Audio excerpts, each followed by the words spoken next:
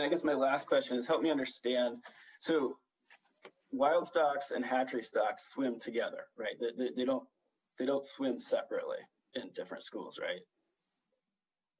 Yes, that's correct. I mean, there are timings of runs, but yeah, they're not exclusive of each other. So how does dropping a gillnet in front of those runs remove a greater proportion of hatchery fish than wild fish? Because I've often heard it be said that gillnets are needed for conservation, and I have a hard time understanding that relationship.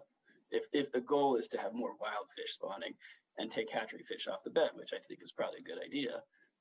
So you've heard some disagreement on whether they can be selective on time and place, but I think you'll say putting, as you said, in a mixed stock, if you put a gillnet out in front of them, it harvests fish at the same proportion as that they're in the mix that are out there. It doesn't selectively remove hatchery fish.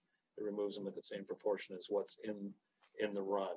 So where we use a gillnet is like last year, where the gillnets were used main stem for fall Chinook, where we're not looking, we have an adequate run that we don't need to do mark selective fishing. We're removing fish.